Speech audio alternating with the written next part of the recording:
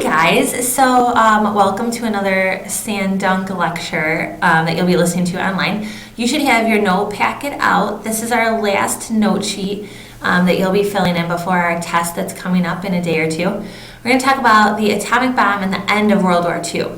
Maybe you've heard that we've dropped the atomic bomb, but this is the only time in history this weapon is ever used, and we feel like it's necessary to do that to end World War II. Now, the war in Europe is already over. Maybe you could take a second and try to guess the month that the war in Europe ended. Try it. Write it down on your notes. Okay, you should have said May of 1945 when Hitler killed himself. But we're still fighting the Pacific, and we have to figure out what to do to end that. So the Allies are worried about invading Japan, and they've been warned not to invade. So think about it. They had to deal with what was going on in Europe, and now they're going to solely look at Japan and how they're going to end the war at the Pacific front. Now, as we're about to jump onto the island of Japan, because we talked about island hopping on Friday, so you know that we're hopping across our islands.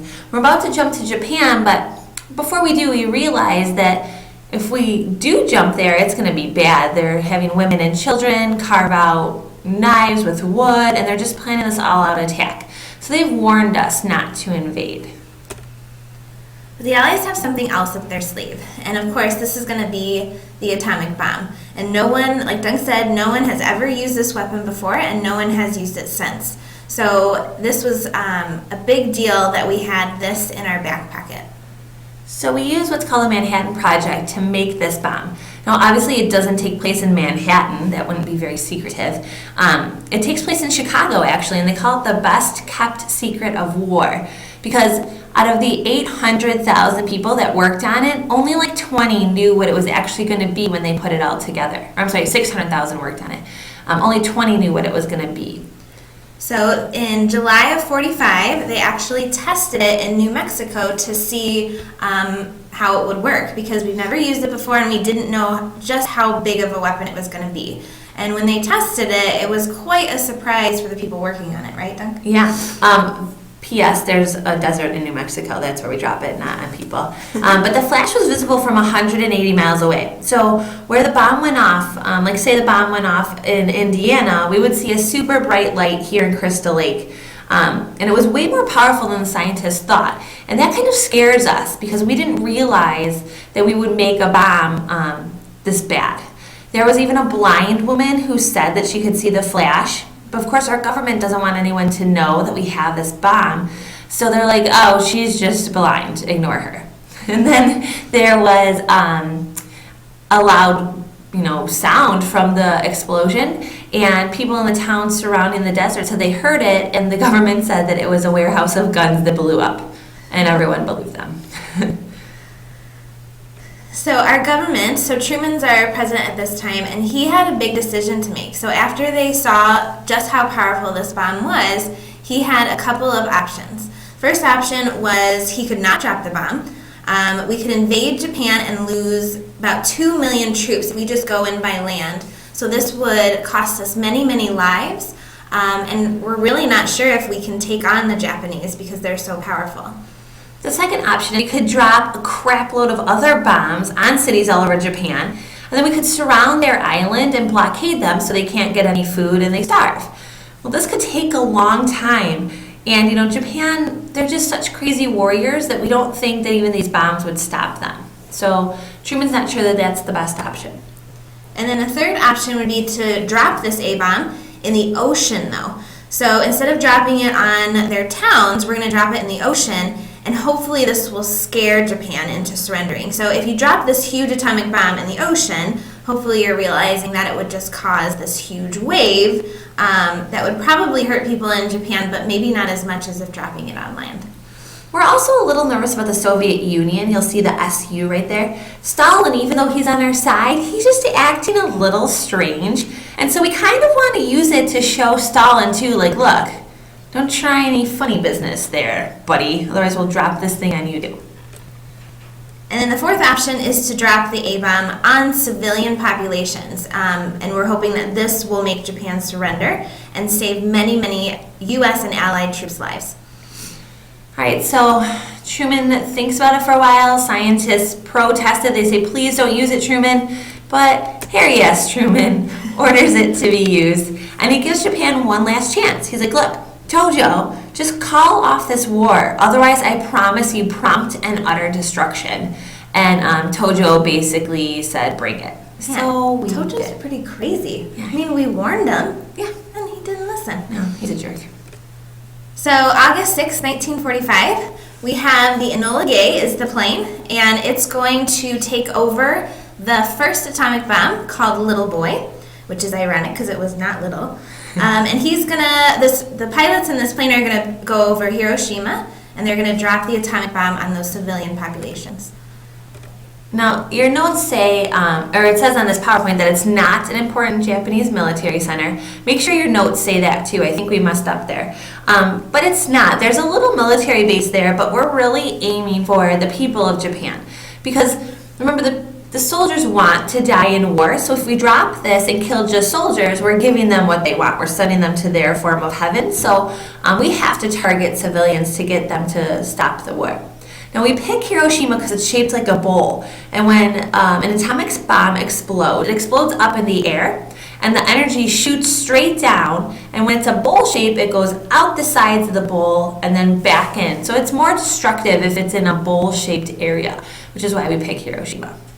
So 43 seconds after we dropped the bomb, every building in this town was collapsed into dust. And people were vaporized, and they got to see just how massive this weapon was.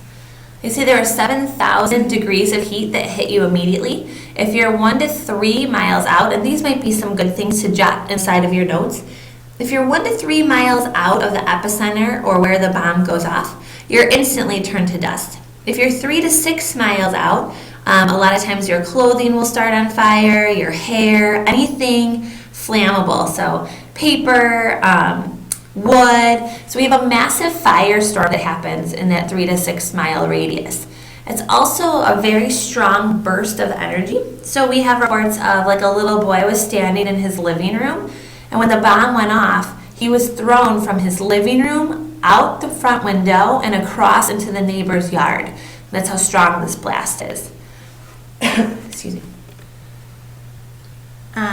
Believe it or not, after this first bomb was dropped, the Japanese government still refused to surrender. So even after all of their civilian population in this town was destroyed, they still said, nope, we're still in this war, we're still stronger than you, and we're gonna keep on fighting. Now, I did forget to mention too, when this bomb went off and everything was starting on fire, what happens too is that you get this rain that falls and it's radioactive. So there's chemicals in it, and it's like acid when it hits your skin. So people, if they weren't on fire, they were getting hit with this acid that would cause their skin to bubble and peel off. And we have accounts of people saying that they like wiped their face and their whole face, literally, like the skin just peeled away. So it's kind of like the way like the trench foot feet looked during World War I, where your skin falls off and crumbles, or from like poison gas. But people have literally huge chunks of flesh hanging off of them, which is a pretty gruesome sight. Yeah. So because Japan refused to surrender, on August 9th, 1945, so just 3 days later, we drop another atomic bomb on a different civilian town in Japan called Nagasaki, and this bomb is called Fat Man. There he is. Right, now, Fat Man killed about 70,000 people in Nagasaki, so not quite as big as Hiroshima. Hiroshima, if you look at the total, it's 200,000. So at Hiroshima, we lost 140,000 people died. And that's not to say that we didn't have more deaths later from burns and radiation and debris. So that it was a super destructive way to end the war, but it worked. It was the only way we could get Japan to surrender. So here are some of the effects of the bomb, like Dunk was talking about. So it just rips away your skin. The top left picture up here is someone was wearing a plaid shirt when the bomb went off, and the pattern of the plaid was like plastered to this lady's skin after the bomb went off.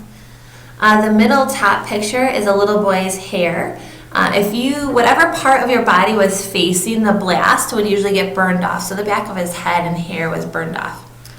This lady right here, they would start to, with the burns, they would start to have like this white pussy material from the radiation start to form on their burns. They would have to go with those, like, for lack of a better word, chopsticks and pull off the white parts, which is gross. And then the bottom left-hand corner is the back of someone's legs who were burned, and he was 6 miles out from the blast. And remember, if you were in the epicenter of where the bomb was dropped, you were vaporized. So these are people that were pretty far away from the blast and were still pretty affected. The guy's neck that was just melted off, basically. So, Japan finally surrenders after the second bomb on September 2nd, 1945, and this officially ends World War II. All right, now we're going to show you some video clips, I think. Stan will give you some further instructions. But watch these clips pretty carefully, and we want you to decide if you think that that was the right move. Should the U.S. have dropped the atomic bomb on Japan, or should we have tried another way? Should Truman have picked one of those other options? So think about that as you look at the effects to the people, but also the effect to the war, okay, knowing that World War II is now over. All right. All right, thanks for listening. See you later.